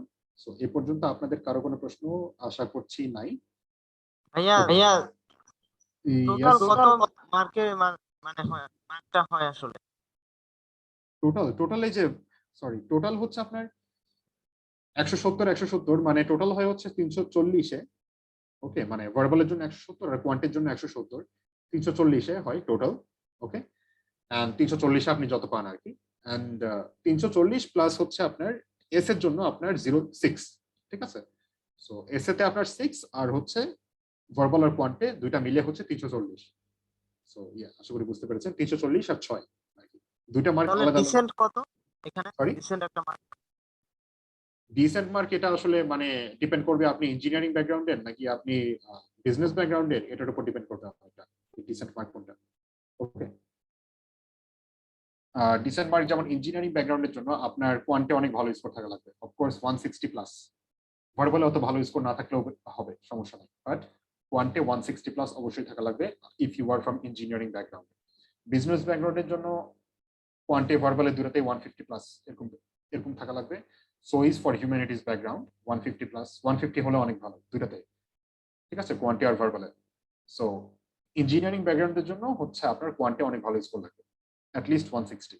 Okay, but it depends, it varies, as I said, মানে কোনটা decent score, it varies from degrees to degrees. আর এতো আর 310 মানে 310 থাকলে অনেক ভালো স্কোর। 310 এরকম যদি থাকে তাহলে অনেক ভালো score. considering that you got 160 plus in quant. Okay. All right. আশা করি কিছুটা উত্তর পেয়েছেন, but I will discuss this further. So you don't have to worry about this. ওকে, একটা কাজ করেন, আপনাদেরকে এখন আমি তো অনেকক্ষণ কথা বললাম, আপনাদেরকে একটা টাস্ক দেই, আপনারা এই প্রবলেমটা একটু সলভ করেন দেখি। এটা খুবই প্রিলিমিনারি একটা প্রবলেম, সো এটা জিআরই এর একটা প্রবলেম, সো সলভ করেন দেখি আপনারা।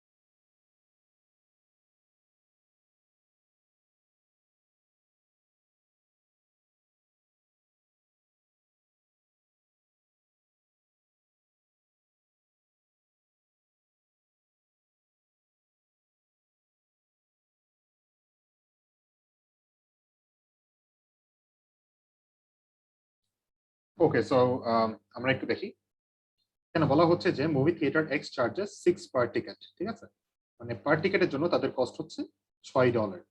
Each movie shows cost the theatre $1,750. How many people need to see a movie so that the theater makes $1 of profit per customer? ঠিক আছে, সো এখন দেখেন আপনার এখন ধরেন তাদের নাম্বার অফ কাস্টমার হচ্ছে এক্স। ঠিক আছে, সো এখন দেখেন মুভি চার্জ হচ্ছে আপনার $6। ওকে, তো এখন ধরেন তাদের রেভিনিউ হচ্ছে কত, 6 টাইমস এক্স, তাই না? মানে 6, মানে টিকেটের দাম plus Times the number of customers, এটা হচ্ছে তাদের রেভিনিউ। রেভিনিউ মাইনাস যে এক্সপেন্স, এক্সপেন্স হচ্ছে তাদের 1750, এটা হচ্ছে তাদের এক্সপেন্স, ইকুয়ালস টু হচ্ছে প্রফিট, তাই না? প্রফিট মানে রেভিনিউ যত হচ্ছে তাদের আয় যত হচ্ছে মাইনাস তাদের খরচ ইকুয়ালস টু তাদের লাভ, লাভাংশ আর কি, তাদের প্রফিট। এখন তাদের বলেছে so that the theatre makes $1 of profit, তার মানে কি 1 টাইমস এক্স। ঠিক আছে, তো আপনাকে বের করতে হবে এখানে হচ্ছে এক্সটা 6 টাইমস এক্স, এটা হচ্ছে তাদের ইনকাম মাইনাস হচ্ছে তাদের এক্সপেন্স, এটা হচ্ছে 1750 equals to profit Times number of customers. ঠিক আছে, সেখানে 6x minus 1750 equals to x, তাহলে আপনার এটা আসলে হচ্ছে 5x ইকুয়ালস টু 1750, তাহলে x ইকুয়ালস টু হয় 350। ওকে, the correct answer is C. Okay, so যারা আনসার দিয়েছেন ভেরি ভেরি গুড, যারা আনসার দিয়েছেন সবাই ঠিক করেছেন। সৈকত ভাইয়া, তারপর হচ্ছে আবরার ভাইয়া, মোহাম্মদ আব্দুল্লাহ ভাইয়া, নাইমা আক্তার আপু। ওকে, ভেরি ভেরি গুড সবাই। পরে আমরা দিকে চলে যাই।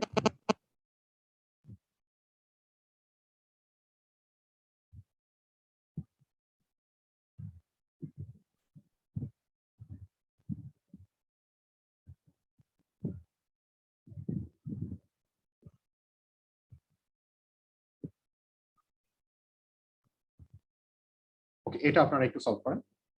এটা হচ্ছে নিউমেরিক এন্ট্রির একটা প্রবলেম, এখানে কোনো অপশনস নাই। সো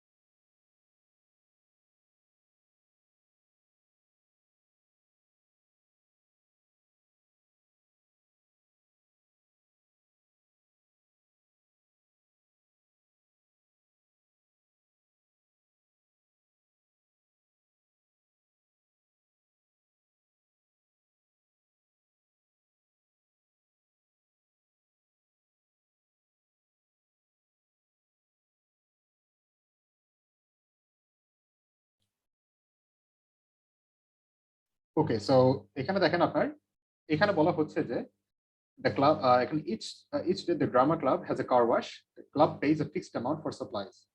Fixed amount pay করে supplies এর জন্য. If the club charges 12 for a car wash and earned a profit of 190 in one day by giving 20 car washes, how much did the club pay for supplies, assuming that there are no other expenses? ঠিক আছে, so এখানে দেখেন আপনার তাদের income কত হচ্ছে, 20টা car wash Times এক একটা কার ওয়াশের জন্য 12, ঠিক আছে, মাইনাস তাদের এক্সপেন্স, এক্সপেন্স হচ্ছে এই যে যেটা আপনার সাপ্লাইজ এর জন্য তাদেরকে দিতে হয়, ইকুয়ালস টু প্রফিট হচ্ছে আপনার 190। তাহলে এক্সপেন্স এখানে কত হয়, এক্সপেন্স হচ্ছে আপনার 50, ঠিক আছে। The correct answer is 50. Yes, যারা যারা ঠিক করেছেন, yes, very very good. Okay.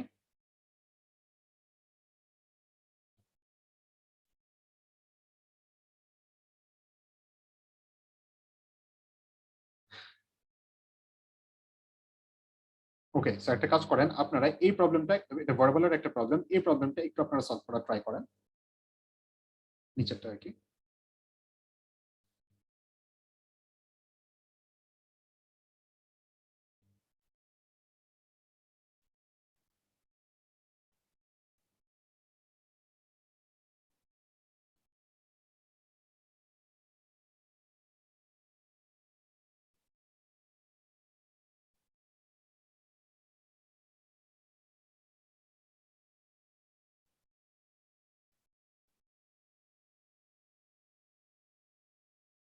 আচ্ছা, এটা কিন্তু সেন্টেন্স ইকুইভ্যালেন্সের একটা question, so there will be two answers, এখানে দুইটা কারেক্ট আনসার হবে।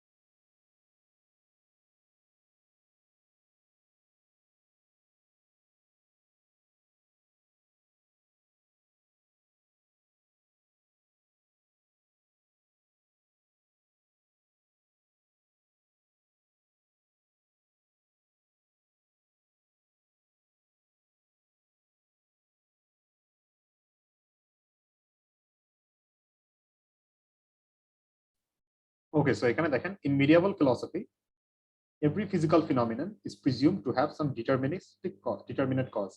মানে বেসিক্যালি প্রত্যেকটা ফিজিক্যাল ফিনোমিনন যেটা আর কি, যে কোনো ফিজিক্যাল ফিনোমিননের একটা একটা কজ আছে আর কি, ঠিক আছে, একটা ডিটারমিনেন্ট একটা কজ আছে, ঠিক আছে।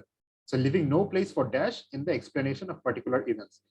সো একটা জিনিসের প্রত্যেকটারই যে কোনো জিনিসের একটা কারণ আছে, ঠিক আছে। সো তার মানে এখানে কি নাই আর কি, ঠিক আছে। অনেকে লিখেছেন মিসক্যালকুলেশন নাই বা হচ্ছে এরর নাই, ইটস নট লাইক দ্যাট। এখানে আপনার ডিটারমিনেট কজ, এটা হচ্ছে আপনার কিওয়ার্ড এখানে। So everything has a cause, everything has a determinate cause, ঠিক আছে। সো দেয়ারফর এখানে হবে leaving no place for chance or happenstance, ঠিক আছে। মানে কোনো এক্সপ্লেনেশনে মানে চান্সের কোনো অবকাশ নেই, আচ্ছা ঠিক আছে এটা এমনি চলে আসছে বা এটা এমনি এমনি হয়ে গেছে, ঠিক আছে। There is no place for chance or happenstance in the explanation of particular events. There is always a particular reason, ঠিক আছে। সো এরকম কোশ্চেন সলভ করার সময় you will have to look at the context, ঠিক আছে, যে কনটেক্সটটা আসলে কি বলছে। ওকে, যে এখানে যেহেতু বলেছে determinate cause, everything has a determinate cause, ঠিক আছে, therefore there is no place for chance বা happenstance, ঠিক আছে। এগুলো আপনাদেরকে অবশ্যই কিন্তু ডিটেইলডে বলা হবে, ঠিক আছে। ইটস নট লাইক আজকের ক্লাসটাই শেষ, there will be detailed lectures about it, so don't worry about that. So মোটামুটি আজকে এই পর্যন্তই আর কি, ঠিক আছে। সো আপনারা মানে যে কোনো কোনো কোশ্চেন থাকলে আপনারা জিজ্ঞেস করতে পারেন। আপনাদেরকে প্রত্যেকটা টপিকের উপর, আরসির উপর, তারপর হচ্ছে সেন্টেন্স ইকুইভ্যালেন্সের উপর, টেস্ট কমপ্লিশনের উপর আপনাদেরকে ডিটেইলডে ক্লাস নেওয়া হবে। So you don't worry about that. আজকে যদি কিছু না পারেন, নাথিং টু বদার অ্যাবাউট। আজকে জাস্ট অনেকটা এক্সপেরিমেন্টাল জিনিস ছিল, so no need to worry about that. So you can ask questions right now or anything about the course or anything about GRE as a whole.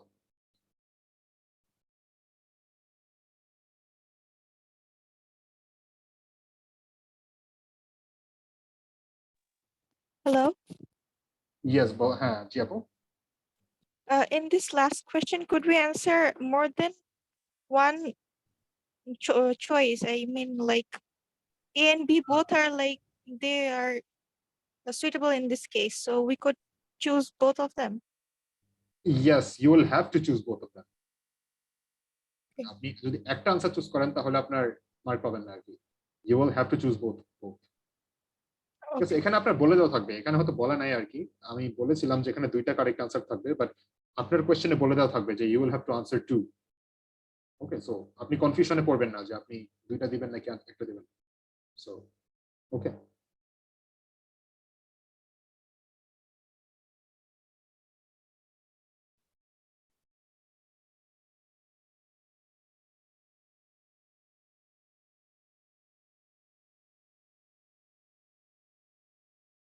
anything else? Should we use synonymous words? Yes, we should use synonymous words in sentence equivalence.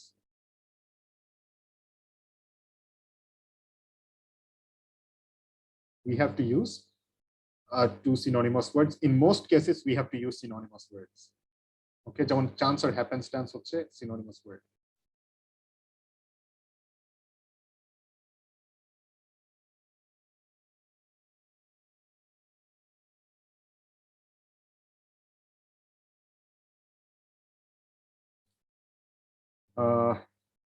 All right. So all right. So আপনারা যদি যে registration করতে চান, you can of course you can contact Interactive Cares about it, ঠিক আছে, তারা এটা handle করছে। and so আপনাদের আর কোনো কোয়েশ্চেন না থাকলে আজকের মতো I guess আমরা শেষ করতে পারি। আচ্ছা, আমি host I have another question. yes, May I? Yes, of course, yeah. IELTS has a time span of validity. Does GRE also have something like that? Yes, GRE also has a time span. It has a validity of 5 years. 5 years. Yes. So if someone gives GRE 5 years back, they can still use the score sheet for applying 5 years later, right? 5 years later, it will be expired. Okay, so but you can use GRE score for a very long time. Okay, so that is the positive part. IELTS score, it expires in a very short time, in just 2 years, but GRE score, it expires in 5 years. So yes, you can use GRE for after 3 years or 4 years. Okay. Okay, thanks. Anything else? এরকম question আরো আছে মানুষের? ওকে, আচ্ছা আমি হোস্টের দৃষ্টি আকর্ষণ করছি। আপনাদের কিছু বলার আছে আর? জি ভাইয়া, আজকের মতো বোধহয় এখানেই শেষ। আর বোধহয় কোশ্চেন গুলো সব আপনাদের দিয়ে দেওয়া হয়েছে, কোশ্চেনের অ্যান্সার গুলো। আপনাদের বোধহয় আজকে আর কোনো কোশ্চেন নেই। সো Okay, থ্যাংক ঠিক ইউ আছে। Abrar Islam sir for your valuable time. Thank you, আমার thank মনে you. হয় আজকে সবাই ক্লাসটি এনজয় করেছে। আপনাদের আরো কোনো কোয়েরিজ থাকলে আমাদের ফেসবুক পেজে পরবর্তীতে সরাসরি নক করতে পারেন। আর আপনাদের জানিয়ে রাখি, আমাদের জিআরই লাইভ কোর্সটিতে সরাসরি রেজিস্ট্রেশন চলছে এবং কোর্সটিতে 75% স্কলারশিপ চলছে। অফারটি চলবে 7 অক্টোবর পর্যন্ত। আর কোর্সটিতে আমাদের 24টি লাইভ ক্লাস এবং 4টি মক টেস্টের ব্যবস্থা করা হবে। আর আপনাদের হায়ার স্টাডিজের পথকে আরো সহজ করে আনতে আমাদের কোর্সটিতে এনরোলড হবেন। আপনাদের কোর্স পরবর্তী সময়ে যে কোনো ইনফরমেশন প্রয়োজন হলে কিংবা কোনো কনফিউশন থাকলে আমাদের ইন্টারেক্টিভ পেয়ার্স অবশ্যই আপনাকে সাহায্য করবে। সো আজকে এখানেই শেষ। ইন্টারেক্টিভ পেয়ার্স এর পক্ষ থেকে সবাইকে ধন্যবাদ। আসসালামু আলাইকুম। আসসালামু আলাইকুম। আসসালামু আলাইকুম সবাইকে। ওয়ালাইকুম আসসালাম।